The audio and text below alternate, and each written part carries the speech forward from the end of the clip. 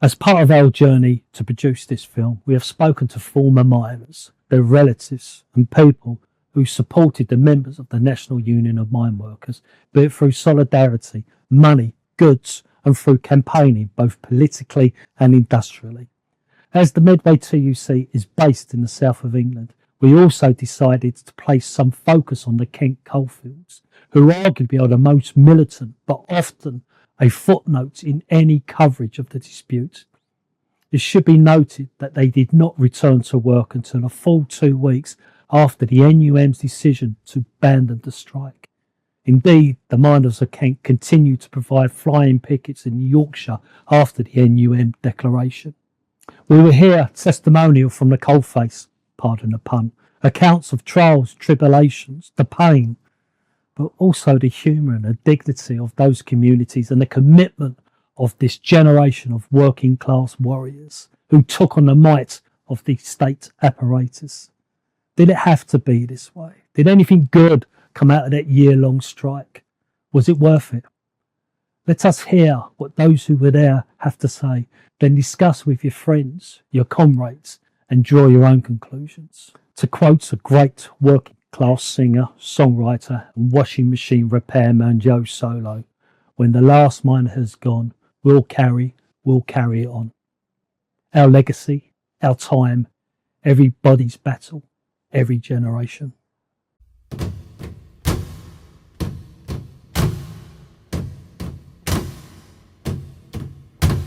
Summer fields and riot shields on 18684. Horseback truncheon wielding madman knocked me to the floor. And too much on me, all I need to know about the law. Summer fields and riot shields on 18684. TV crews make up the news and edit to proclaim striking miners, violent thugs declared a national shame. Bend a new agenda, cause the truth is just a game. TV crews make up the news and guess who's in the frame? Coppers sneering, waving £10 notes up in the air. Taunting lads still haunted by the vision of despair. The kids that left the breakfast table starving, hungry stare. Coppers sneering, waving £10 notes up in the air. Summer fields and riot shields on 18684. 15 stitches in my skull, a message from the law. The she will stop at nothing now, and this is all our war. Summer fields and riot shields on 18684. Summer fields and riot shields on 18684. I didn't want to become a coal miner. No, my dad was a miner. He came from Scotland to work in the pits, and I've got 3 brothers, and he told us that he didn't want any of us working down the pit. And I went and worked in a factory when I was 16, when I left school at Elsham, and my mates went down the pit. They was earning a lot more money than me. So one day I just wandered down to Snowdown, went in there and said, "Any jobs?" He said, "Yep, there's plenty of jobs, mate." When can you start? I started in the industry in 1982 at Welldale Colliery in Castleford. I was 17-year-old at the start of the strike. Almost been 2 years into my mining career. I was starting to get a bit bored of going down pit every day. So I saw the strike as a bit of a challenge, a bit of excitement.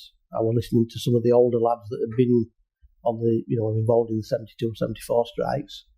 And they sort of like warned us, this could be a long one. We could be out 7 or 8 weeks this time. Just goes to show they didn't get everything right, did they, all at the end?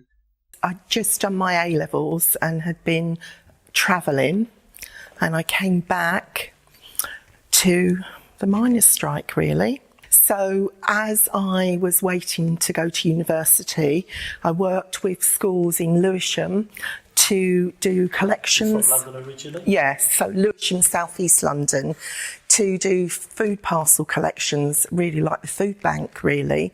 And also we did bucket collections and organised, when there were national support days, kind of school strikes in Lewisham. During the strike in '84, I was on the branch committee at Betteshanger.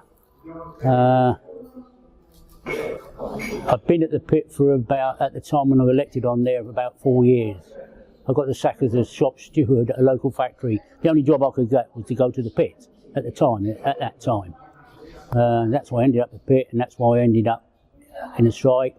And at the very beginning of the strike, I was called into the union room, put £100 in my hand, and had to go to the Medway, picket the power stations, set up the miners' digs up there, and their food, their accommodation, where we could go. And I was given 2 phone numbers, one for Transport and General Workers Union, as it was then, Unite Now, and the Labour Party. I've got a bit of a different background to Bill. I was born in the East End of London, then moved down here, I forget when, hundreds of years ago. Got involved in politics, joined the Labour Party, became the youth officer for the, in Folkestone Labour Party. I was in the Transport and General Workers Union then. I'd been trained as a metal worker. I was on the Trades Council as well. And it goes back a bit further, because I remember in 1981, I'm a militant supporter as well then, which is the forerunner of the Socialist Party now. And we used to nearly have fisticuffs. He'd sell the Morning Star and I'd sell the Militant outside Betteshanger, but that's maybe another story, right? And so in 1981, Snowdon was threatened with closure, right? But at the same time, you had Ashford Rail Works were going to close down. That was 950 jobs. Chatham Dockyards with a loss of 4,500, and so on. Born into a mining family, 4th generation. Left school at 16, started an electrical apprentice. Doing what most of us did, got on with life, played a bit of rugby, drunk a few beers, got engaged, got married, had a couple of kids. Got to 1984 and the strike happened and we went for it. It was in my blood to stand on picket lines, not cross them.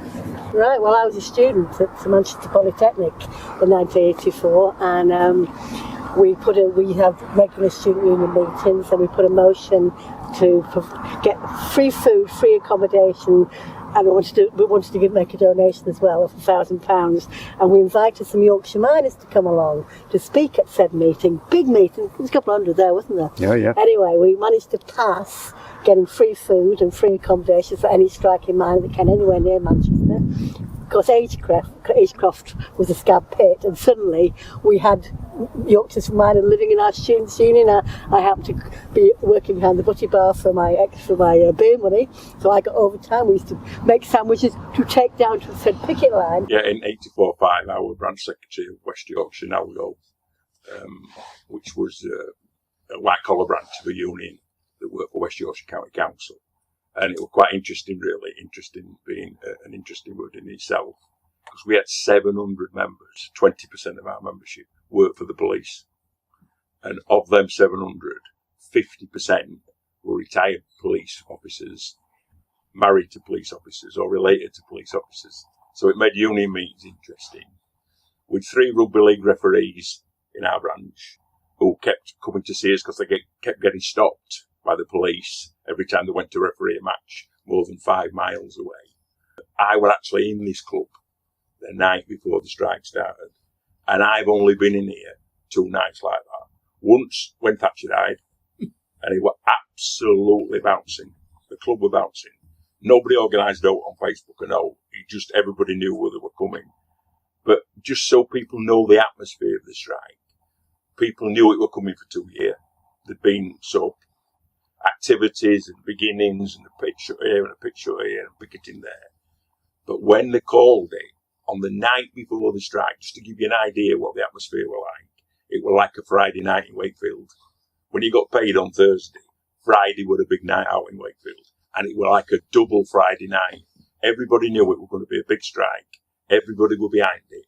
And it were bouncing in here. In 1984, I lived in Castleford, which is the next town just down the road there. I was an underground electrician and joined the coal board in 1976 and was fully qualified by the time we went on strike. And I was quite active, very active in fact, in 1984 from the day one right through till the day it finished. I'm from Brightlingsea, which is a small town in the northeast of Essex, small coastal town. At the start of the strike in March, I was at a state boarding school, and I left school for good in June. And when I came back to Brightlingsea, there were striking miners in the town. My mum was a strong feminist. I was 15, so my birthday's in August. So I didn't turn 16 till the August, and this was June. So I come back, and on the journey back to school, my mum picked me up.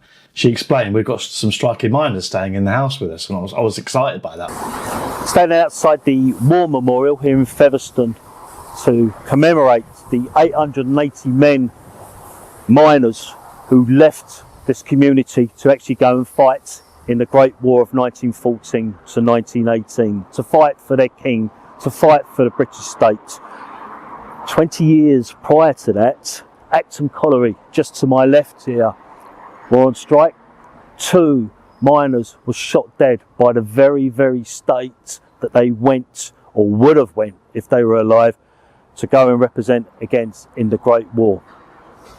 Can't help thinking here is another example of suppression of the working classes. I can't help thinking that if you fast forward that to 1984-85 industrial dispute, I know it's hypothetically talking, but if the police had guns at Orgreave or any of those picket lines, I'll leave you with this thought: would they have used them on the miners? Going off now to meet a local historian, Ian Clayton, who will give us a little bit more information and maybe just band around that question of what if, what maybe, of what could happen. By the 1880s, coal prices were falling.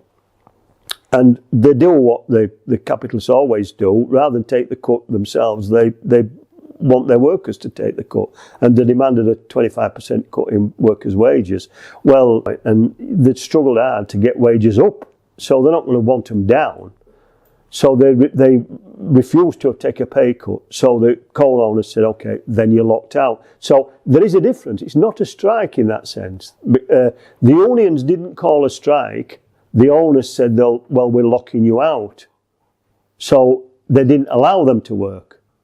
After 6 weeks, people are starving because they're living on breadline to start with, week to week, hand to mouth. You can't last long without food. Starvation causes desperation.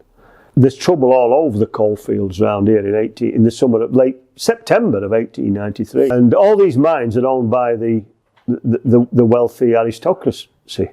But one of the main factors is that at Lord Massam's pit in Featherstone, they carried on loading coal to transport to other places to get money. Well, not only to get money, to fire the furnaces in factories that they might also have owned. So Lord Massam, for instance, owns Manningham Mills at Bradford. Some Featherstone miners found tickets on wagons in the pit yard saying Manningham Mills. The coal was being taken to Manningham Mills, so he's getting, he's firing his own furnaces at his mills, isn't he? They're upset by this and threaten the people who are loading the coal, who are scabs, basically. They've been brought in to do that job. They're not from round here. So the pit manager's panicking, and they make threats to the pit manager as well. So he's panicking even more. So he decides to go to the police and demand protection. He wants his own life protecting, but he wants Lord Masham's property protecting. So the next resort then is to get somebody else to protect, and that is soldiers. So the poor old British soldier has to, the South Staffordshire Regiment, who are based in Bradford of all places, come to Featherstone. Alfred Holliday, who was Masham's agent in Featherstone, goes to Wakefield to see the Chief Constable of Wakefield. And while he's there, Lord St Oswald walks in and they demand police protection. The Chief Constable can't give it, so they then demand soldiers. And the Chief Constable says, well, I need a magistrate's instruction before I can do that. So Lord St Oswald takes off his lord's hat and puts his magistrate's wig on. No conflict of interest there. And says, I'm a magistrate, bring them. So they send soldiers from Bradford. They arrive in Featherstone late afternoon. They put in an engine house up at the pit. It results in, at about 8:10 evening, the magistrate having a word with Captain Barker. He goes down in history as probably the last British soldier to order his troops to fire on his own people, or kill his own people. That resulted in 2 deaths and probably 20 woundings, some quite serious, loss of limbs and things. The Eton Public School Debating Society, debating it afterwards, said that the men of Featherstone were a very rough set and deserved to be shot at, and the great pity was not more of them were killed to teach them a lesson. The outcry, the public outcry, became louder and louder. Why are you killing the men in Featherstone? Why did you kill the miners in Featherstone? So much so that they had a public inquiry. Well, the verdict is you know would expect. They said that they were justifiable shootings in these circumstances, that the crowd wouldn't go home when they were told to, and therefore they were shot at. Orgreave, South Yorkshire, where the Thatcher's government turned her troops against working class people. And we heard the accounts of those men and women of what happened, where the police were let loose with their truncheons, and the stories of the individuals who were actually arrested, locked up, experienced further beatings. And for me, not someone who's not connected to the mining industry, it's very, very hard to actually find yourself in that position. It's very hard to actually get an appreciation until you actually talk to those people and you see the experience, and you see, even today, 40 years later, the pain in their faces and the emotion of when they actually reflect on the events. I think when people talk about June the 18th, it's just one day, but there was 6 weeks prior to the build-up of the events on there. There was arrests continually going on, and it just happened to be that was the day when the police stopped the turning back the cars. It was the day where they actually allowed people, the picketers, to actually come to South Yorkshire, allowed them to park up, allowed the coaches to actually find places to stay, and welcomed people just over there to form their picket lines. And it was then, at that point, that the police closed their ranks and surrounded the miners, because they knew what was going to do. They knew what was going to happen. They had the plan. You did fear for your life. They say the shields were this high on the first day I was there, and we were right up against them, and they were coming off the top with long batons at you. We were dodging them and sort of having a bit of kick at shields, and then there was an old guy out to get him out of it. I said, they're going to hit you. He said, I'm just picketing, I can stop. They're going to hit you, they don't care. And that was first day we came, and then we came back next day. Again, you're walking down an hill towards it, and they were like soldiers, some of the police, marching. It was like a scene from Cleopatra film where Roman legions are marching, except some of the legions were like Keystone Cops. They weren't very good at marching. But you could see them lining them up, bringing them in. Like, there's a few here today, like, you know, sunny day, jeans, t-shirts. Went down not expecting, just expecting a push. Went Lodisca. A couple of bricks flew over. And I actually shouted to landing near us, stop throwing. Coppers clapped. Because we the what it knows, you know, nearly it knows. So next thing, the big push comes up back, and you just banged up, and there's enormous pressure on your chest and your body, and you just start trying to survive, if you know what I mean. And Brendan, so you were right at the front oh with yeah, the... right, his faces, yeah. And Brendan was outside him. And then next thing was Brendan, I remember looking for it. I got this enormous smacking mouth, beautiful. And I'm like looking, and I saw this, he was a big copper, but he was like wiggling away. So I went after him. Absolutely went after him. I'd red mist, and I'm charging, I'm pushing coppers to get to the next thing. Somebody's got me on my neck and trying to put me up floor. This is the copper that punched you? Yeah, no, he scooted. He put this younger copper got, and I'm saying to him, I ain't going up floor under your lot's feet. If I'm arrested, I'm arrested. So he went, come on then. And he got it in right arm, and off we went. Come out at lines, and then I just felt this almighty whack at this side. And then such a pain in my left arm, my elbow. And I had to bend, I had to go bend up, or nearly double. And you know when it takes your breath, stop my arms from snapping. And it felt like it was touching both. But I was obviously just bent in half. But then an inspector shouted, don't hit him here, Sarge, the film. Clearly remember that. And then as I'm going, I kept getting odd side swipe, because my head was just at a nice thing. And I think I was numb to that pain, because at elbow. I carried me on down towards coking plant, turned left into a building, and on my left were a rack of tear gas guns. Right, I saw them.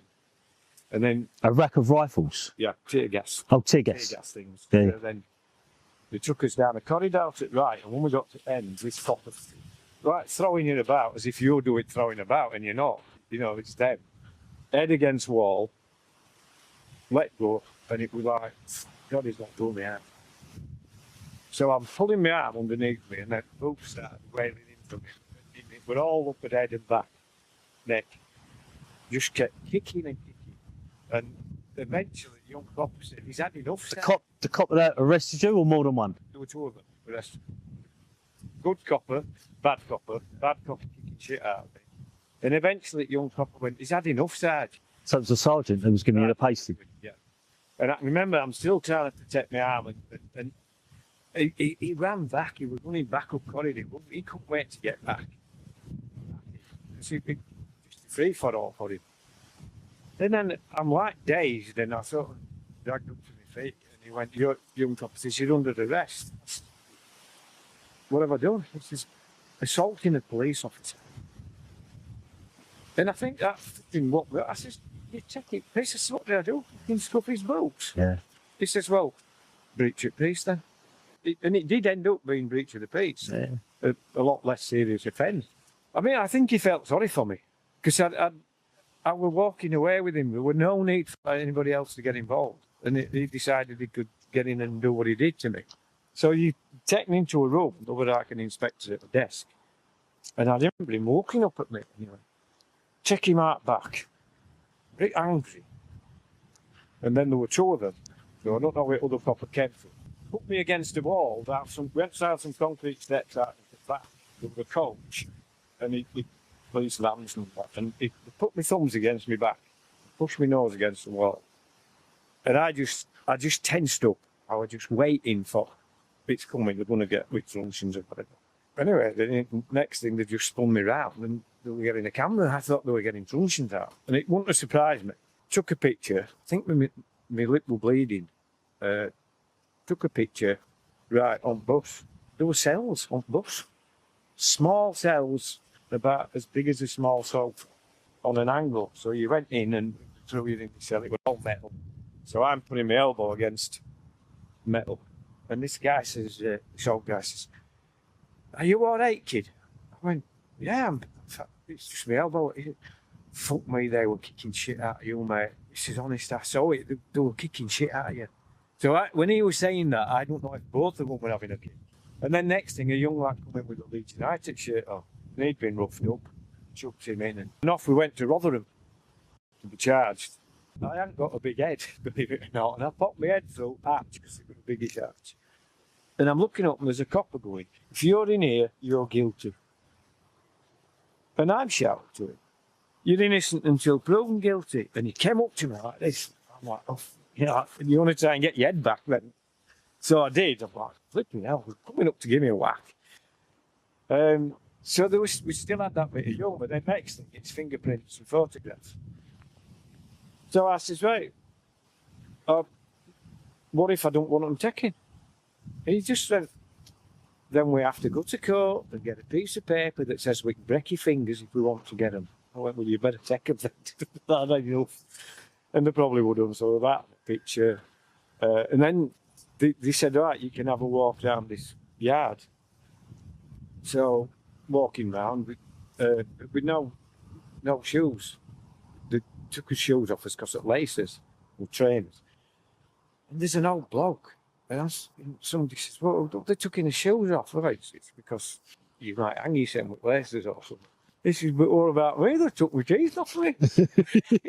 I said, "I'm not going to mind them." We were in bits.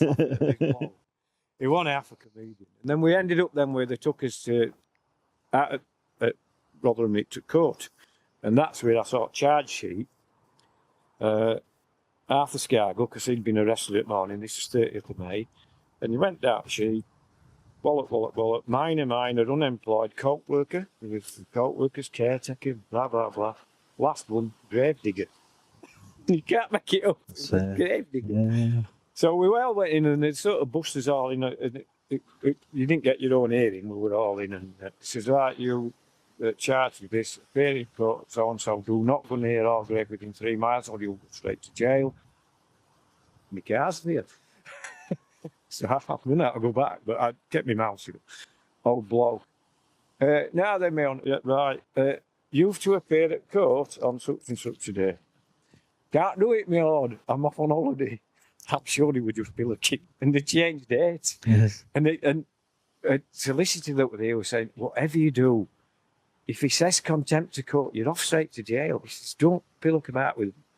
Get it over with and get out." And then you're outside Rotherham Town Court or courts or whatever, and you're going, "Well, how do I get back to Orgate?" "Oh, we're going back that way, kid, get in." There were a lot of that, you're straight in a car. Brendan obviously came with me in the car, so he got a lift home. So I dropped my curfew straight away, got a car and got home. And I got home in time for news at 10 starting. My sister's wife came on and it was Orgate, violence going off. I says, "This is where I come out at light," and it cut off. Bastards. I says, that was showing me coming out.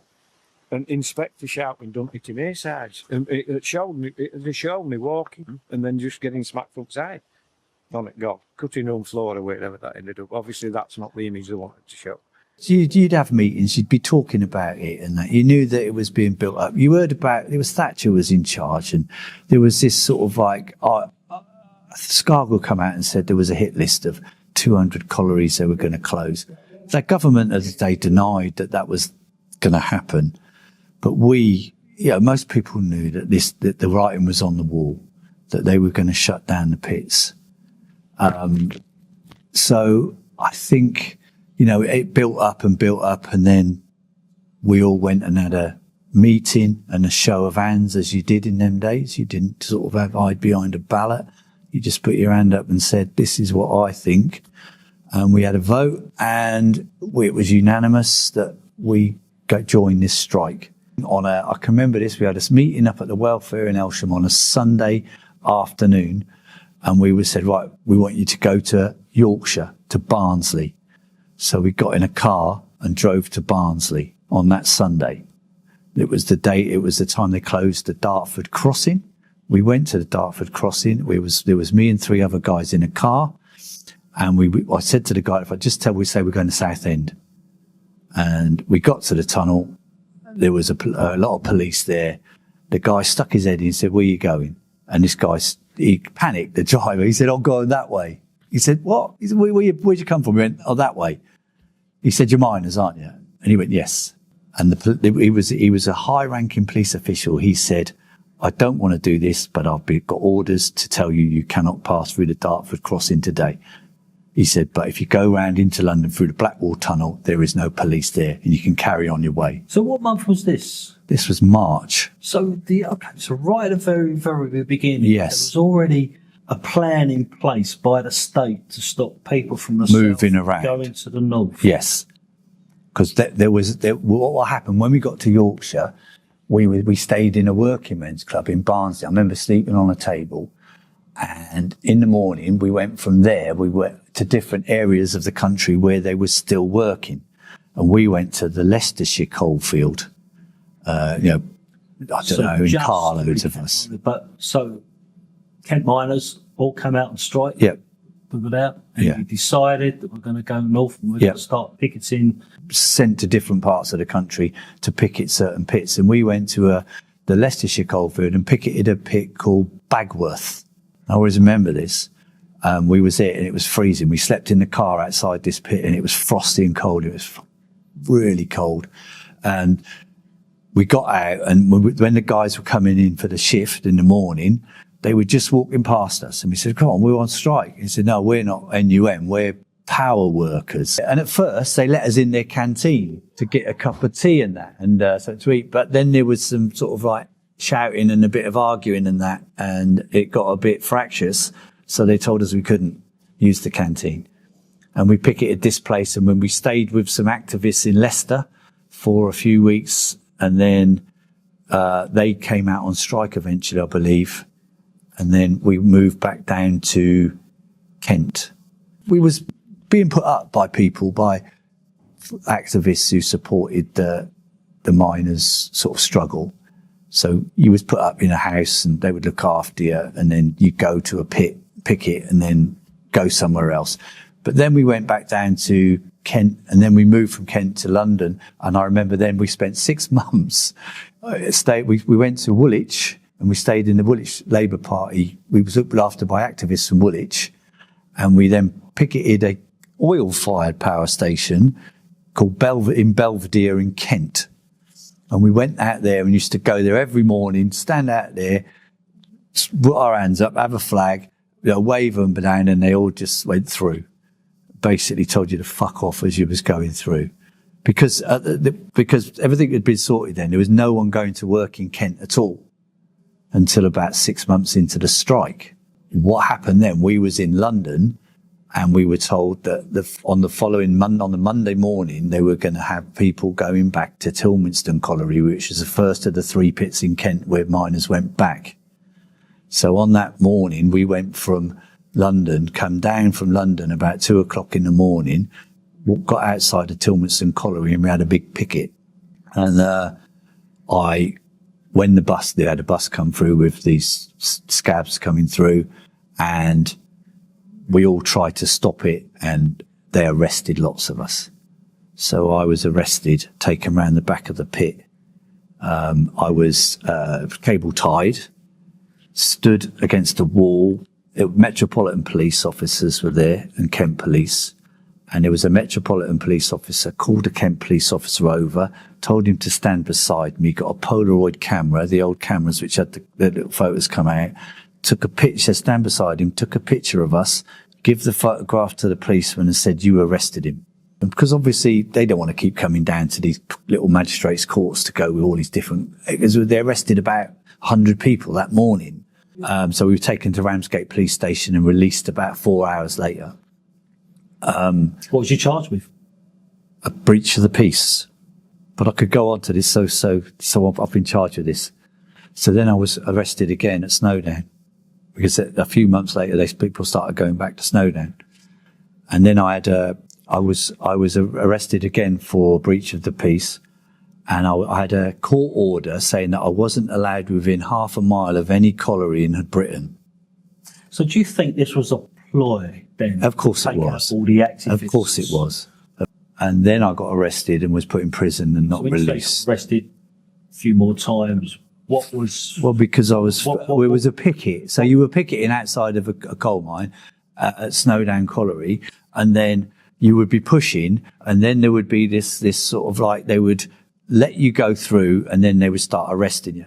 And I always remember having this argument with this one. He was one of the top officers in the Surrey Police Force, and Surrey Police was outside of Snowdown. And I said, you've got to control your guys because they're just indiscriminately hitting people. Oh, I don't agree with you. And the following morning, there was this sort of like, they decided to arrest people. And I can remember running down the road, and I got beside this guy. I said, can you see what's happening? This high-ranking police officer. And there was a sergeant standing beside him, and he punched me in the face. And they just totally ignored it. I come up from the pub one night, and there was snowballs. It was a really snowy night, and there was people had thrown snowballs all over the police station, and it was marked in it because it was freezing cold, and they hadn't melted or anything. They'd been there for days. We went by, and I think I was with two girls and my brother and a friend, and someone threw a snowball at the police station, and these policemen came out. Yet they handcuffed me. The two of them had hold of me, and one of them decided to start punching me. And I put my hand in my chest, and then I put my hand, because I'm not going to retaliate, because if you retaliate, just make it worse. Anyway, I noticed blood starting coming down my front of my clothes, and I thought, I'm not having this, so I decided to attack them back. So consequently, I had a fight with these 4 policemen. I was put into the police station and put in a cell, and I was there for about 30 minutes, 40 minutes, and a crowd had gathered outside because they knew that I was with my brother. He had been arrested as well. We was inside that police station, and they were starting throwing stones and stuff at the police station. So they made a decision that it was too dangerous to keep me there, to move me to Dover. But by then I'd been quite badly beaten, because I'd been punched and that, and I'd been handcuffed, so I couldn't really retaliate too much. And then one of the guys, the policeman behind, when they were taking me down across this little bit of grass into the police station and into the cells, every time, every few seconds, he'd hit me over the head with a truncheon, and then I'd sort of lose consciousness, and then get back up, go a few more steps, and he'd do the same again. So by the time we got into the cell, and we'd been there for about 30 or 40 minutes, I was in a bit of a mess, I cuts all over my face and head injuries and stuff. And so the police, I remember this, the sliding door opened of the cell, and he said to me, Kevin, you're going to be taken to Dover now. You can either come the easy way or the hard way. And I said, I'll take the hard way. And as I said that, the door burst open, and a lot of them came in and tried to get hold of me, and I just fought best I could. I was put into a squad car. There was a van load of police, a squad car, a van load of police, a squad car and my brother in, and a van load of police to take 2 of us to a police station for a breach of the peace, right? So you've got about 50 or 60 police officers. We drive out of Elsham, and they're goading me. There's 4 policemen in the car. Well, there was a policewoman and 3 policemen, and they're goading me. And my mouth was cut, so I had a lot of blood in my mouth. So I just, and I spat at the back of the policeman's head in the back of this car, who was driving the police car. And I said, if you carry on, I said, every time you open your mouth, I will do the same to all of yous. And so they didn't say a word until we got to Dover. He was nearly crying, this driver of this car, because it had gone all over his car, all this blood and snot. When we got to Dover police station, they got me out of the car. One of them got me in a neck hold, one got me round the waist, one got me round the legs, and so they had me, and then they got me into the front of the car where I'd spat, and I'd hold my hair and was trying to wipe the blood with my hair. When we got into the police station, I then grabbed the bars as they was putting me into cells. I said, I want to see a doctor before you lock me into that cell. At no point was you offered a doctor or No. by the police at all No. whatsoever? So I was in a right mess as well. I was And how covered long in had you blood. been in their custody by this time? About 3 hours. So then they was hitting my hand with truncheons to try and get my hand off the bars, and I wouldn't let go. So then the sergeant who was in charge of the cells come along. He walked through this door and he said, "What's going on?" He said, we're trying to get him in the cells. And he said, I'm not having him in the cell. Look at him. He said, I want him to see a doctor before he's put in them cells, because I'm responsible for that person when he goes in them cells. And this Indian doctor came and examined me. And then I was put in to the cells for a couple of days, and then I was taken to court and I was refused bail. I've lived in this village that we're in now for 56 years. And I worked at the colliery for 24 of those 56 years. A lifelong socialist, trade unionist. I started off in engineering and a little bit in the building industry. And because I was an active trade unionist, you were an easy target for getting a sack. And I cross paths with people. People say, no, Arthur Scargill wasn't a communist. Well, maybe he wasn't. But he used to stand outside of me on Barnsley Market and sell challenge for Young Communist League. We had a general meeting on the Saturday morning. We came out on Friday up at Preston Club, and people there thought we were going to be out for 2 or 3 weeks. We had what I call industrial gypsies. They'd put their hands up and close their own pits. But I said at the meeting, you're in Last Chance Hotel. This is going to be a long, bitter strike.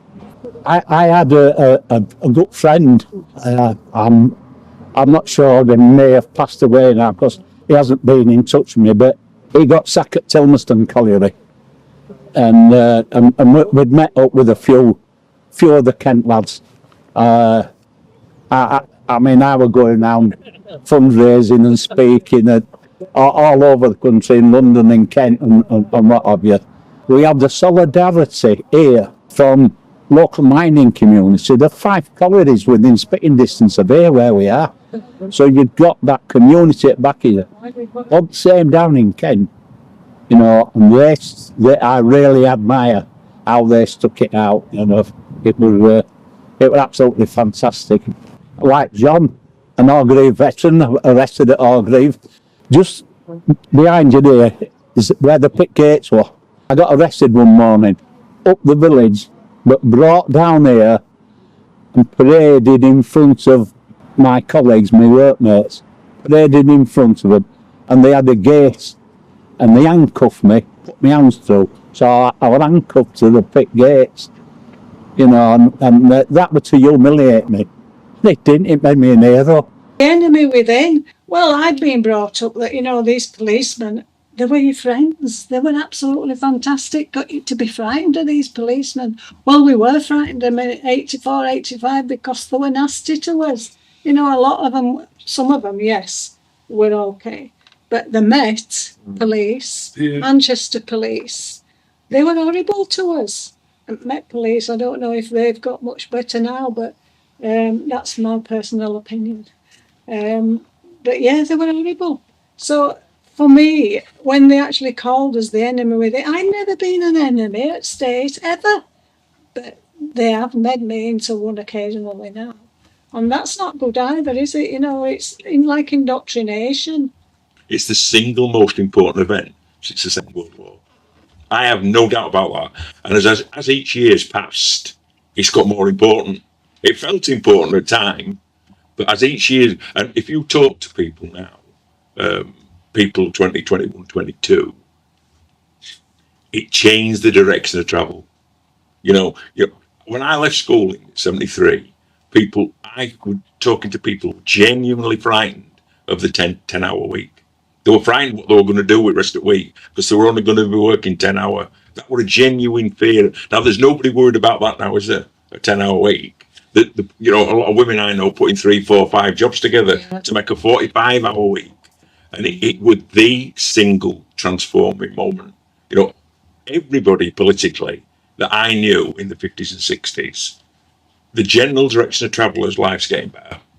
Pensions, job security, sick pay, maternity pay, stuff's getting better.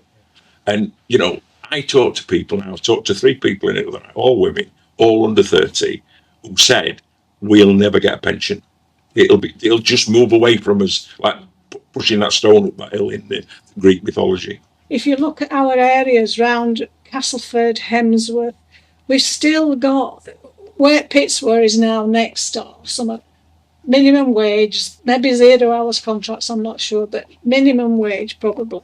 And children are left with no hope. One of the biggest legacies of Margaret Thatcher was financing a 3 million strong dole queue. We would have had still now, and still could have, but we're throwing it away still. You know, security of energy, whether it be coal, nuclear, wind now, or gas or whatever. Britain sort of gave all of its capability away and exported it out of the country, whether it be manufacturing industry or whether it be oil and gas security or whatever, because it became cheaper for somebody else to do it, whilst we were just paying somebody else to not do something, on the basis that we were making all this oil money, and as Steve said, keeping 3 million people sat idle. In 1997, when the Labour Party came in, and they were in for 13 years, they had the ability to transform, or certainly reverse back, a lot of what had gone on for the previous 13 years, and chose not to. They sort of kept people in benefits, rather than stimulating the economy to get them off benefit support, almost like a drug. The common denominator of you and I, John, is that we've both lost a child, and that's always a life changing experience. But I think, obviously, for you, you were, correct me if I'm wrong, you were the first miner to actually lose a child in that dispute. Because every day more stories are coming out. You know, Nicola passed away just over 2 weeks after I was arrested here. 13th of June she was arrested. But she passed away. I was arrested on 30th of May. So within days we realised that Thatcher had already passed laws, you know, the government and officials or whoever they are that advises that if you're on strike and your child dies, you can get no state help for the funeral.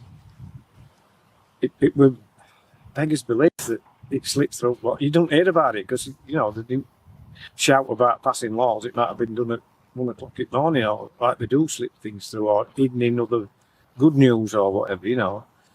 But they did it, and the reality is a guy came to our house, and I remember his teeth were rotten, and he just says, "There's no money for you," and he sort of grinned.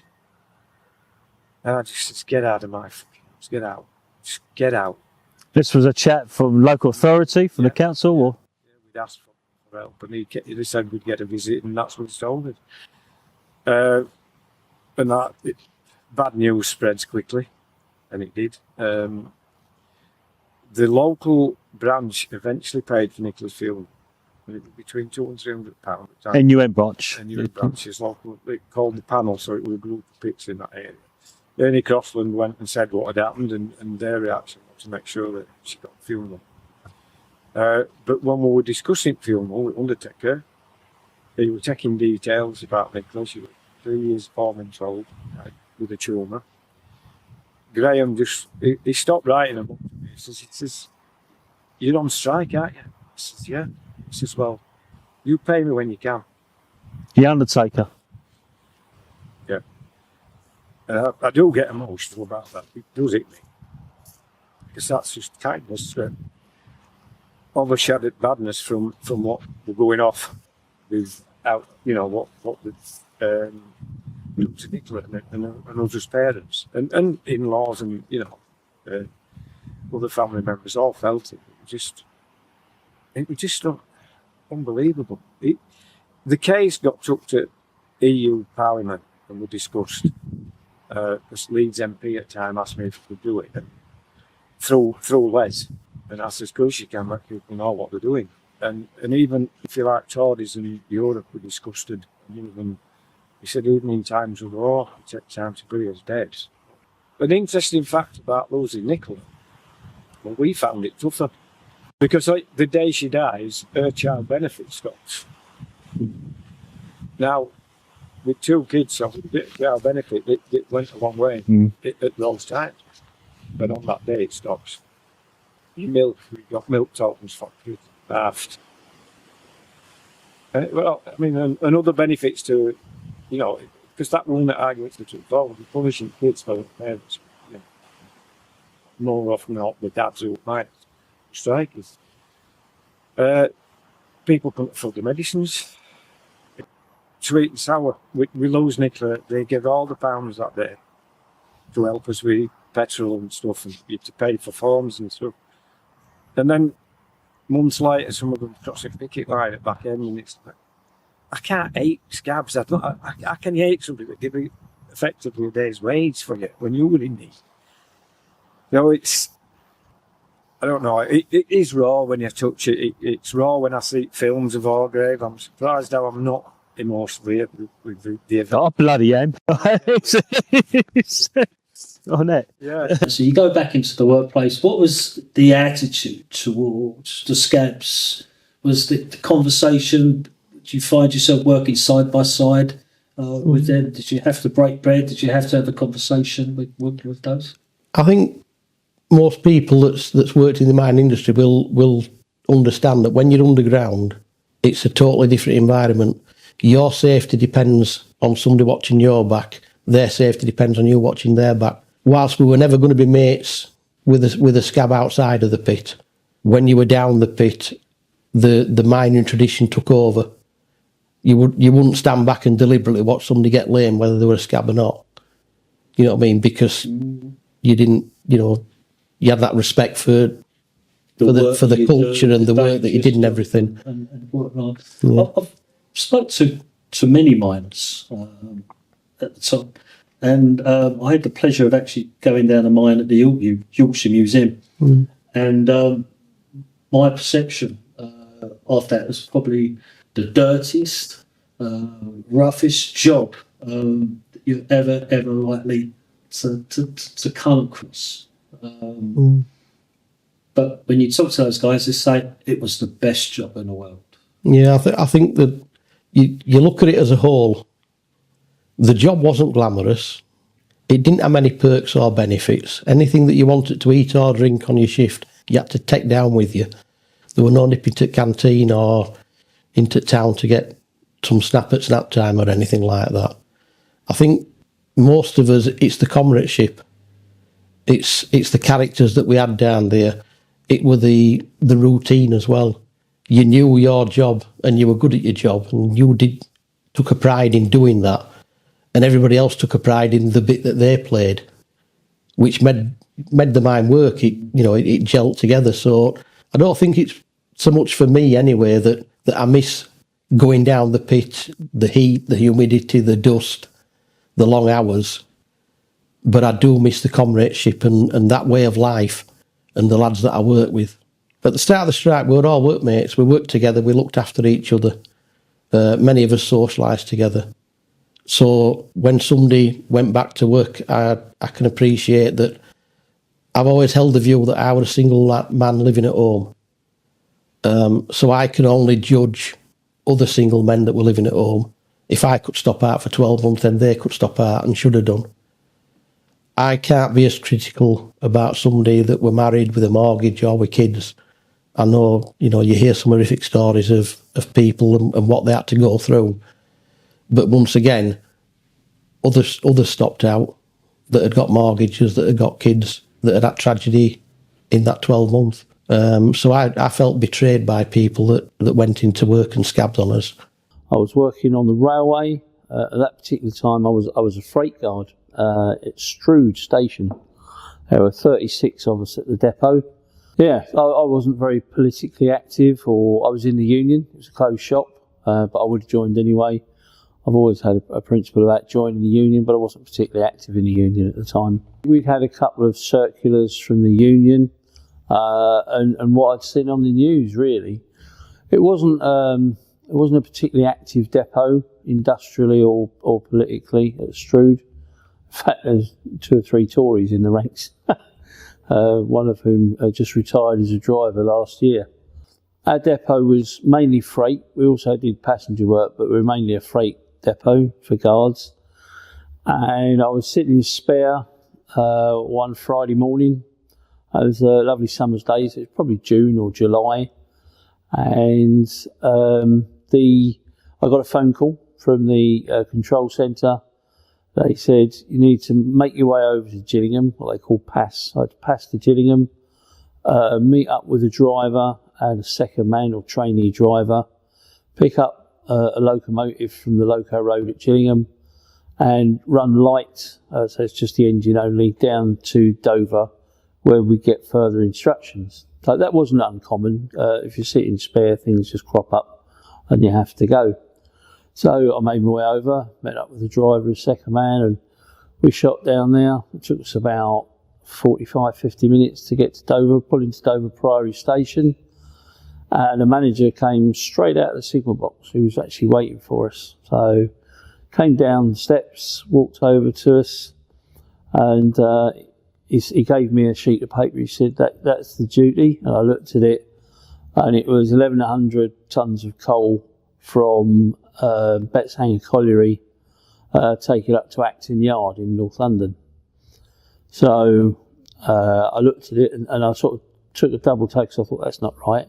And then it dawned on me, of course, the union had put out an instruction, we're not cooperating with pits that are in dispute. So I said, mate, you don't normally talk to managers on a railway like that back then. I just said, mate, I'm not taking this. And he said, why not? He said, it's a reasonable instruction. I said, you know why not? It's crossing a picket line, and I'm not going to do that. And he said, but there's no picket line there. He said, there's a ground frame to get into the yard, or to get into the sidings. He said, it's all there waiting. All you've got to do is back up, hook it up, brake test, and out and away. I said, no. I said, there may not be people standing there on a picket, but that represents a picket line just as much as the front gate in a colliery. I said, and I'm not doing it. And the driver sort of come up halfway through the conversation, and he said, so what's going on? I said, they want us to take a scab train out of Betteshanger up to Acton.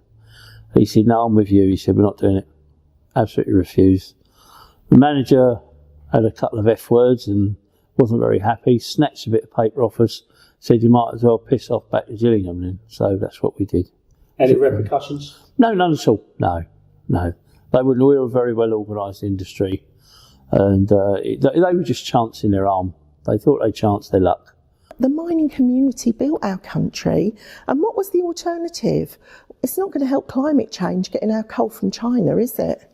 Because this was about communities, and this was a class issue. Thatcher wanted to destroy communities because that unity was our strength. And, and she didn't like that. She had ultimate power. But actually, I'm really embarrassed to tell you this story, but one day, we went to the non-stop picket outside South Africa House, and then had a few sherbets on the way home, and we should have been getting the bus from the TUC up to a miner's colliery, and we missed it. We had a hangover and we missed it. And Kathy and I were so unimpressed with ourselves that we said we've got to do something, and it was thick ice on the ground and thick snow, so we went and the two of us picketed the National Coal Board. Okay, so we got the train to Charing Cross and we done that, and I've never been so cold in all my days. And we started about 8 o'clock in the morning, and about 1:30, there were 2 police there and there were 2 pickets there, and about 1:30 a massive lorry arrived with provisions for the National Coal Board. So I had a crutch at the time. I banged the crutch on the window and asked to talk to the driver, and I spoke to the driver, and the driver turned back, and the National Coal Board had to shut because they didn't have any hot drinks, so it was just a provisions lorry. What did you say to the driver? Well, I just said, you know, a bit about Margaret Thatcher, because I'm sorry, she was demon number one. So it was the practical point of going on trying to get them power stations shut was there. But for me, like Eric, the political motive was strong. I knew that I was in a class struggle where most of the miners wouldn't have thought that. They're fighting the Tories, they're fighting Thatcher. But I knew that we're fighting them, but we're losing the class struggle, an important part of it. And in that, the business of getting accommodation for people, for pickets and their food was very important. And what had happened is that miners from Kent had found out that scab coal was being sneaked in from Eastern Europe, from Poland, into these small ports, into Brightlingsea and Wivenhoe, which is about 7 miles away. And Kent miners had found out about it, and they wanted to come and picket these ports and stop this from happening. And local people got together through the Labour Party and other activists to form a support group and then accommodate these miners in their homes. I got talking to the miners, and I think we had maybe 6 or 7 miners over the summer, because people would come for a few weeks and then they go again.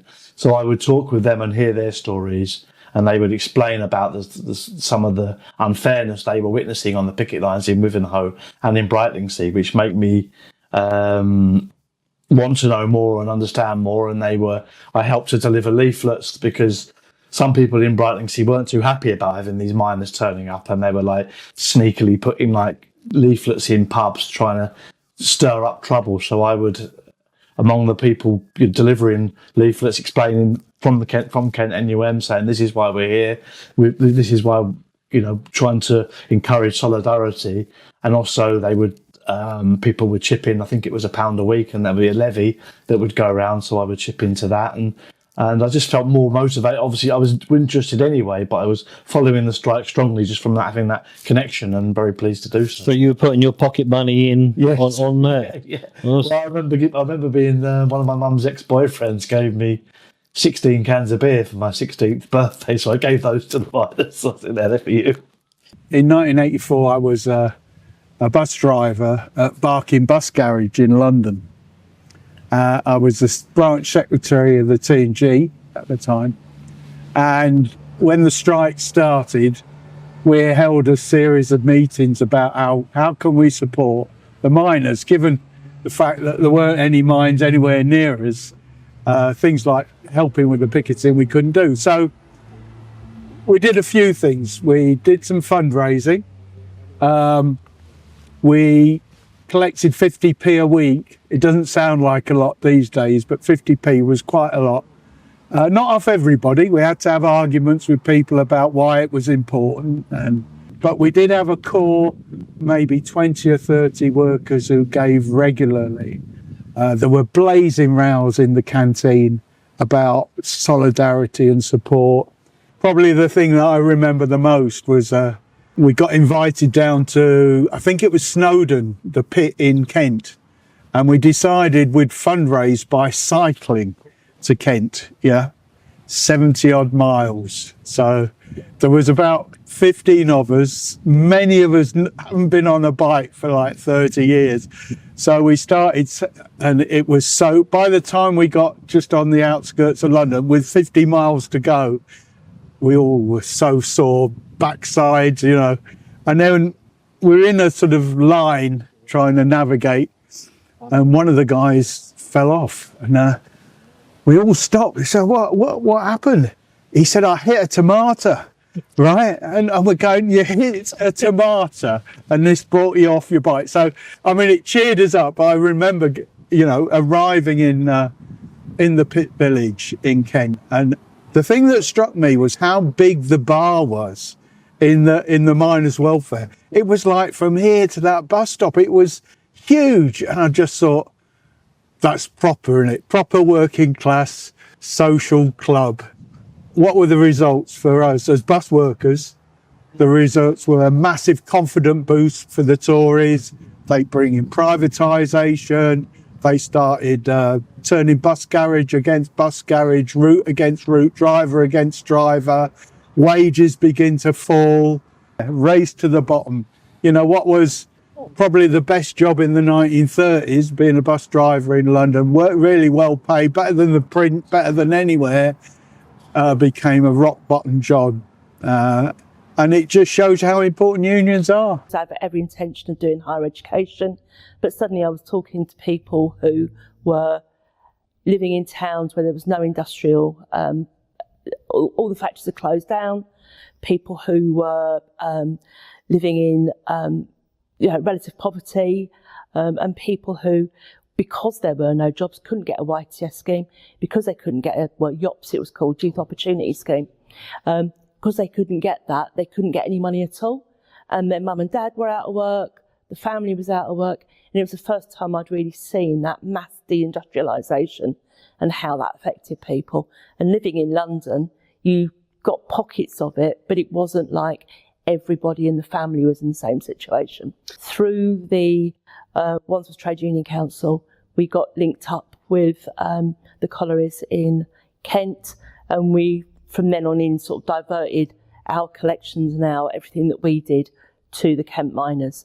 So we were a typically middle class London Labour Party, but everybody knew that what was happening was if they come from the miners, they come from the rest of us. So that was really the way a lot of people signed up. So there's a lot of teachers, a lot of doctors, a lot of nurses in the Labour Party there, but they saw that what was happening with the miners would have been replicated in every other part of the public sector. But when you actually saw what was happening in effect, when basically the mass mobilisation of the police force, the mass mobilisation of the press against the workers, and the mass mobilisation of basically bringing people to break strikes by driving through picket lines, by collecting coal, by stockpiling coal, and doing everything they could to import coal from abroad, then it felt that, it was a situation where we had to support the miners. People forget that trade unionism is actually very sociable. You're meeting up with people, you're having a chat, you're having a laugh, you're taking the mickey out of each other, you go into the pub. We used to hold house parties where we used to charge people £1 to get in. We would take the booze off that they bought and then we'd sell it back to them. And the idea was that we would actually raise as much money as we could for the miners. We used to get the police being called to these parties because there would be 60, 70 people at them, and they would be coming from right the way across South London to come to the parties, because it was where everybody who we'd met on a picket line, whether that was locally or we'd gone met someone on a miners' march, we normally tied them in with when there was marches in London. So we would then sort of say, tonight we're having a party, you've got to come along, you've got to give some money. We would sort of, chuck in some food for people, and then that way we would raise sort of £200, £300, which in those days was quite a lot of money. And that would go as cash to the miners to spend as they needed. We come together in a time of adversity, but we actually have to have fun, we have to support each other, and we actually have to be together so that we can make things better. It's not the miners. We were just put in, it's just like soldiers in a war. You don't volunteer. It just happens. You're just there at that occasion. It's the people who are behind you, the activists, the people who are going out of their way and in their own time collecting food and collecting money and that, and that support from them people. I didn't know about Marx, Trotsky, Lenin, all this stuff, So and that. Not at all. No, I just wanted to go out and have a laugh and have a drink and that with my mates. But what it did do, you'd sit with people, these activists, and you'd listen, and you'd go. I spent 6 months in London, and every night we was going to a meeting somewhere. We was going to some event where people were supporting you and giving you money. And at weekends we'd go collecting, Deptford Market or something.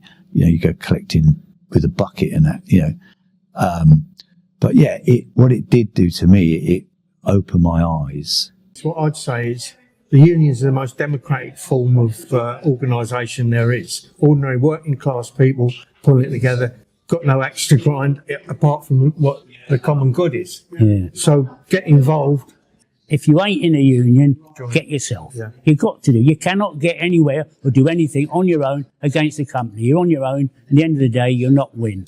And my experience is the best money I paid out of my wages every week was to my union all my life. And the finest thing, they've looked after me when I was in trouble. If I had an accident, I've had accidents. They've looked after me. They've got, the support I've had and the way they've kept my wages in line with inflation. Even if you're on your own working one-to-one with one employer, get yourself in the union, mate. It's the finest thing you can do, finest thing I can do, and the finest thing Eric ever did. Yeah. So there it is, an unvarnished testimonial of some of those ordinary people doing something truly extraordinary. Did it have to be this way? Did anything good come out of the strike of 1984-85? Was it worth it? Never forget, even today, the struggle continues. On the same Saturday in July, they will march down that street with their banners held high as the samba band drums start to pound. From the square across the bridge, past the county and down there we'll gather as one at the ground. When the last miner is gone, we will carry it on. When the last miner is gone, we will carry it on. You may well ask, what does it mean to hear Sweet Caroline there?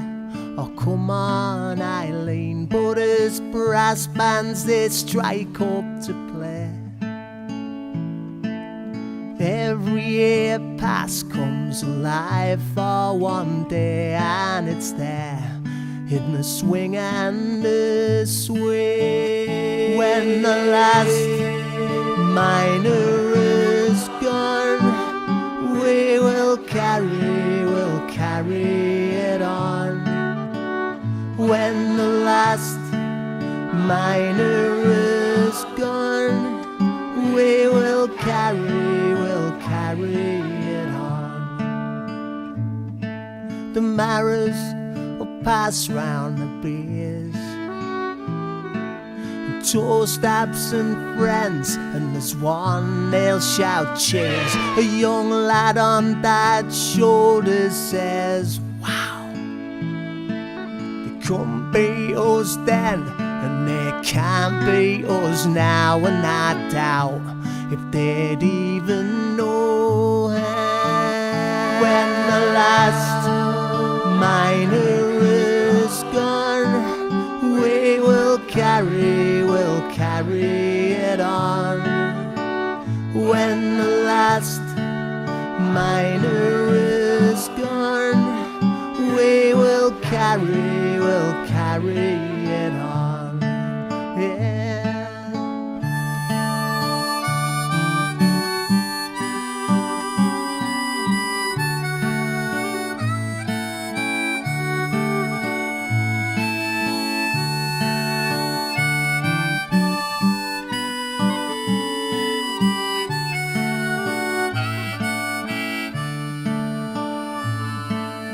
Every year changes the cast, and faces today fade away to the past, yeah. But after the tears have been cried, they will march down that street with our ghosts at their side, while the memories, they fill them with pride. When the last miner is gone, we will carry it on. When the last miner is gone, we will carry it on. Yeah, when the last miner is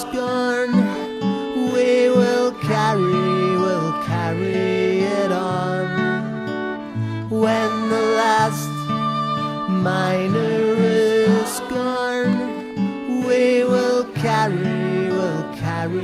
it on. When the last miner is gone, we will carry it on. When the last miner is gone, we will carry it on. When the last miner